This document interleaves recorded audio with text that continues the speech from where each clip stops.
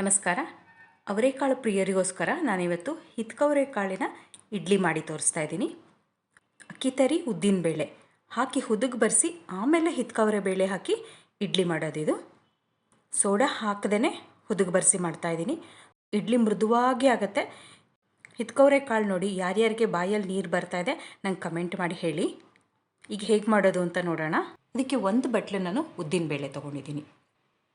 ಇದಕ್ಕೆ ಸ್ವಲ್ಪ ನೀರು ಹಾಕಿಬಿಟ್ಟು ಉದ್ದಿನಬೇಳೆನ ಒಂದು 2-3 ಸಲ ಚೆನ್ನಾಗಿ ತೊಳಿಬೇಕು. ಈಗ ನೀರನ್ನೆಲ್ಲ ಚೆಲ್ಬಿಟ್ಟು ನೋಡಿ ಇಲ್ಲಿ ಉದ್ದಿನಬೇಳೆ ಇಟ್ಕೊಂಡಿದ್ದೀನಿ. ಇದಕ್ಕೆ ನೆನೆಯಕ್ಕೆ ಬೇಕಾದಷ್ಟು ನೀರು ಹಾಕ್ತಾಯಿದ್ದೀನಿ. ಉದ್ದಿನಬೇಳೆನ ಕಡೆ ಪಕ್ಷ ಅಂದರೂ ಒಂದು 2-3 ಗಂಟೆಗಳ ಕಾಲ ನೆನೆಸ್ಕೊಳ್ಬೇಕು. ಈಗ ಒಂದು ಅರ್ಧ ಚಮಚ ಮೆಂತ್ಯ ಹಾಕ್ತಾಯಿದ್ದೀನಿ. ಉದ್ದಿನಬೇಳೆ ಜೊತೆಗೆ ಮೆಂತ್ಯನೂ ನೆನೆಯಕ್ಕೆ ಇಟ್ಬಿಟ್ಟಿದ್ದೀನಿ ಎರಡನ್ನೂ. ಈಗ ನೋಡಿ ಉದ್ದಿನಬೇಳೆ ಮತ್ತು ಮೆಂತ್ಯ ಎರಡೂ ಚೆನ್ನಾಗಿ ನೆಂದಿದೆ. ಈಗ ಉದ್ದಿನಬೇಳೆನ ಮಿಕ್ಸಿ ಜಾರ್ಗೆ ಹಾಕಿಬಿಟ್ಟು ರುಬ್ಕೊಳ್ತೀನಿ.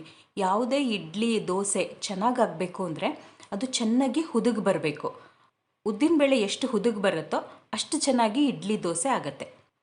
ನೋಡಿ ಚಳಿಗಾಲದಲ್ಲಿ ಸ್ವಲ್ಪ ಹುದುಗ್ ಬರೋದು ನಿಧಾನ ಆಗುತ್ತೆ, ಬೇಸಿಗೆನಲ್ಲಿ ಹುದುಗು ಬೇಗ ಬರುತ್ತೆ. ಈಗ ನೋಡಿ ರುಬ್ಬಿಟ್ಕೊಂಡಿದ್ದೀನಿ ನಾನು. ಚೆನ್ನಾಗಿ ಉದ್ದಿನಬೇಳೆಯನ್ನು ಸ್ವಲ್ಪ ಜಾಸ್ತಿ ರುಬ್ಬಬೇಕು.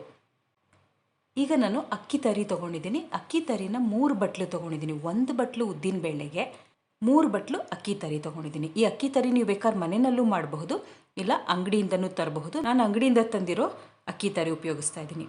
ಈಗ ಇದಕ್ಕೆ ನೀರು ಹಾಕಿಬಿಟ್ಟು ಒಂದು ಸಲ ಚೆನ್ನಾಗಿ ತೊಳಿತೀನಿ. ನೀವು ಬೇಕಂದರೆ ಅಕ್ಕಿ ತರಿನ ನೆನೆಸಿ ಮಿಕ್ಸ್ ಮಾಡ್ಬೋದು. ಇಲ್ಲ ಅಂತಂದರೆ ಮಿಕ್ಸ್ ಮಾಡಿ ಒಂದು ಸ್ವಲ್ಪ ನೀರಾಗಿ ಮಾಡಿದ್ರೆ ಅದೇ ನೀರನ್ನು ಹೀರ್ಕೊಳ್ಳುತ್ತೆ. ನೀವು ಹೇಗೆ ಮಾಡ್ತೀರಾ ನೋಡಿ ಮಾಡ್ಬೋದು. ಮ್ಯಾಥ್ಸ್ಗೆ ಸಂಬಂಧಪಟ್ಟಂಗೆ ನಂದೆರಡು ಚಾನಲ್ಗಳಿವೆ, ಒಂದು ಕನ್ನಡ ಮತ್ತೊಂದು ಇಂಗ್ಲೀಷ್ನಲ್ಲಿ.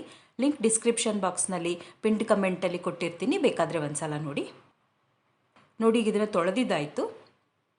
ಆ ತೊಳೆಯೋ ಹಂತದಲ್ಲೇ ಒಂದು ಸ್ವಲ್ಪ ಅದು ನೆಂದಂಗೆ ಆಗಿರುತ್ತೆ. ಇದನ್ನು ಇವಾಗ ನಾನು ಉದ್ದಿನಬೇಳೆ ರುಬ್ಬಿದ್ನಲ್ಲ ಅದಕ್ಕೆ ಹಾಕ್ತಾಯಿದ್ದೀನಿ. ಬೇಕಾಗುತ್ತೆ ಇದಕ್ಕೆ ಸ್ವಲ್ಪ ನೀರು ನೋಡಿಕೊಂಡು ನೀರು ಹಾಕಿ ಹದ ಸರಿ ಮಾಡ್ಕೊಳ್ಳಿ.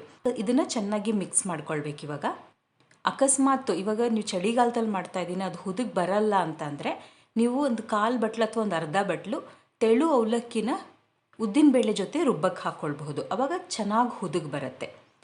ನೋಡಿ ಇವಾಗ ಅಕ್ಕಿ ತರಿ ಮತ್ತು ಉದ್ದಿನಬೇಳೆ ಎರಡನ್ನೂ ಚೆನ್ನಾಗಿ ಮಿಕ್ಸ್ ಮಾಡಾಯಿತು. ಇದನ್ನು ಫರ್ಮೆಂಟ್ ಆಗೋಕ್ಕೆ ಅಂದರೆ ಹುದುಗ್ ಬರೋಕ್ಕೆ ಒಂದು 7-8 ಗಂಟೆಗಳ ಕಾಲ ಅಥವಾ ಇಡೀ ರಾತ್ರಿ ನೆನೆಸ್ಬೇಕು. ಇವಾಗ ಇಡೀ ರಾತ್ರಿ ಇದು ನೆಂದಿದೆ. ಇದು ಮಾರನೇ ದಿನ ಬೆಳಿಗ್ಗೆ. ನಾನು ಉಪ್ಪು ಹಾಕಿರಲಿಲ್ಲ ಹಿಂದಿನ ದಿನ ರಾತ್ರಿ. ಇವಾಗ ಉಪ್ಪು ಹಾಕಿ ಅದನ್ನು ಮಿಕ್ಸ್ ಮಾಡ್ಕೊಳ್ತೀನಿ. ನೋಡಿ ಈಗ ಅದೊಂದು ಸ್ವಲ್ಪ ಉಬ್ಬಿ ಬಂದಿದೆ. ಇಲ್ಲಿ ನಾನು ಸೋಡಾ ಹಾಕ್ತಾಯಿಲ್ಲ. ಜಾಸ್ತಿ ಉದ್ದಿನಬೇಳೆನ ರುಬ್ಬಬೇಕು ಮತ್ತು ಹುದುಗ್ ಬರೋಕ್ಕೆ ಬಿಡಬೇಕು. ಪ್ರತಿ ಸಲ ಇಡ್ಲಿ ಮಾಡುವಾಗಲೂ ಸೋಡಾ ಹಾಕಿ ಮಾಡೋದು ಆರೋಗ್ಯಕ್ಕೆ ಅಷ್ಟು ಒಳ್ಳೆಯದಲ್ಲ. ಆದಷ್ಟು ಹುದುಗ್ ಬರ್ಸೋಕ್ಕೆ ಟ್ರೈ ಮಾಡಿ. ಜಾಸ್ತಿ ಹೊತ್ತು ಬಿಡಿ, ಇಲ್ಲ ಅವಲಕ್ಕಿ ಹಾಕಿ ಹುದುಗ್ ಬರೆಸಬಹುದು. ನಾನಿಲ್ಲಿ 1 ಬಟ್ಲು ಹಿತ್ಕಿದ ಅವರೆಕಾಳು ತೊಗೊಂಡಿದ್ದೀನಿ. ನಾನು ಇಡ್ಲಿ ಹಿಟ್ಟಲ್ಲಿ ಸ್ವಲ್ಪ ಪ್ಲೇನ್ ಇಡ್ಲಿ ಮಾಡ್ತೀನಿ, ಇನ್ನು ಸ್ವಲ್ಪ ಹಿತ್ಕವರೆ ಬೇಳೆದು ಮಾಡ್ತಾಯಿದ್ದೀನಿ. ಅದಕ್ಕೆ ನಾನೊಂದು ಸ್ವಲ್ಪ ಇಡ್ಲಿ ಹಿಟ್ಟನ್ನು 1 ಬಟ್ಲಿಗೆ ಹಾಕ್ಕೊಂಡಿದ್ದೀನಿ.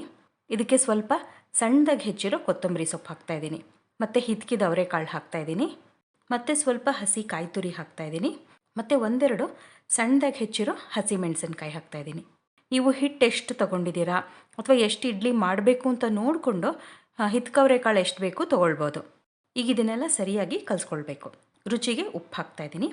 ಕೊತ್ತಂಬರಿ, ಹಿತ್ಕವರೆ ಕಾಳು, ಕಾಯಿ ಎಲ್ಲ ಹಾಕಿದಾಗ ಇಡ್ಲಿ ಹಿಟ್ಟು ಸ್ವಲ್ಪ ಗಟ್ಟಿಯಾಗುತ್ತೆ ಮತ್ತು ಚೂರು ಉಪ್ಪು ಕಡಿಮೆ ಆಗುತ್ತೆ. ಅದಕ್ಕೆ ನಾನೀಗ ಉಪ್ಪು ಹಾಕಿದ್ದು. ಸ್ವಲ್ಪ ನೀರು ಹಾಕಿ ಹದ ಸರಿ ಮಾಡ್ಕೊಳ್ಬೇಕು. ನಾನೊಂಚೂರು ನೀರು ಹಾಕಿ ಸರಿ ಮಾಡ್ಕೊಂಡಿದ್ದೀನಿ. ಈಗ ಇಡ್ಲಿ ಸ್ಟ್ಯಾಂಡ್ಗೆ ಎಣ್ಣೆ ಹಾಕಿ ಅದನ್ನು ಸವರಿಟ್ಕೊಳ್ತೀನಿ. ಸ್ವಲ್ಪ ಹಿತ್ಕವರೆ ಬೇಳೆನೂ ಸ್ವಲ್ಪ ಹಿತ್ಕವರೆ ಕಾಳನ್ನು ಹಾಕಿ ಅದ್ರ ಮೇಲೆ ಹಿಟ್ಟು ಹಾಕ್ತಾಯಿದ್ದೀನಿ. ಇಡ್ಲಿ ಮೇಲ್ಗಡೆನೂ ಹಿತ್ಕವರೆ ಕಾಳು ಚೆನ್ನಾಗಿ ಕಾಣಿಸುತ್ತೆ. ಹಿತ್ಕವರೆ ಕಾಳು ಜಾಸ್ತಿ ಹಾಕಿದಷ್ಟು ರುಚಿ ತುಂಬ ಚೆನ್ನಾಗಿರುತ್ತೆ. ಇದನ್ನು ಹಬೆಯಲ್ಲಿ ಒಂದು 10-15 ನಿಮಿಷ ಬೇಯಿಸ್ಕೊಳ್ತೀನಿ. ಸ್ಟೀಮ್ ಕಡಿಮೆ ಆದಮೇಲೆ ತಣ್ಣೀರು ಅಥವಾ ಉಗುರು ಬೆಚ್ಚಗಿರೋ ನೀರಲ್ಲಿ 1 ಚಮಚ ಅದ್ಬಿಟ್ಟು ಈ ರೀತಿ ಇಡ್ಲಿ ತೆಗಿತೀನಿ. ಈ ರೀತಿ ಇಡ್ಲಿ ತೆಗೆಯೋದ್ರಿಂದ ಇಡ್ಲಿ ಸ್ಟ್ಯಾಂಡ್ಗೆ ಒಂಚೂರು ಅಂಟ್ಕೊಳ್ಳಲ್ಲ, ಹಾಗೆ ತೆಗಿಬೋದು. ಇದನ್ನು ನಾನು ಸೊಪ್ಪಿನ ಚಟ್ನಿ ಜೊತೆ ಬಡಿಸಿದ್ದೀನಿ. ಕಾಯಿ ಚಟ್ನಿ ಜೊತೆಗೂ ಒಳ್ಳೆ ಕಾಂಬಿನೇಷನ್ ಆಗುತ್ತೆ. ನಿಮಗೆ ಹಿತ್ಕವರೆ ಕಾಳಿನ ಇಡ್ಲಿ ಇಷ್ಟ ಆದರೆ ನೀವು ಒಂದು ಸಲ ಮಾಡಿ ಹೇಗೆ ಬಂತು, ನಿಮ್ಮನೇಲಿ ಎಲ್ಲರಿಗೂ ಇಷ್ಟ ಆಯ್ತಾ ಅನ್ನೋದನ್ನು ನಂಗೆ ಕಮೆಂಟ್ ಮಾಡಿ ಹೇಳಿ. ಇನ್ನೊಂದು ಅಡುಗೆ ಜೊತೆ ಮತ್ತೆ ಸಿಗ್ತೀನಿ.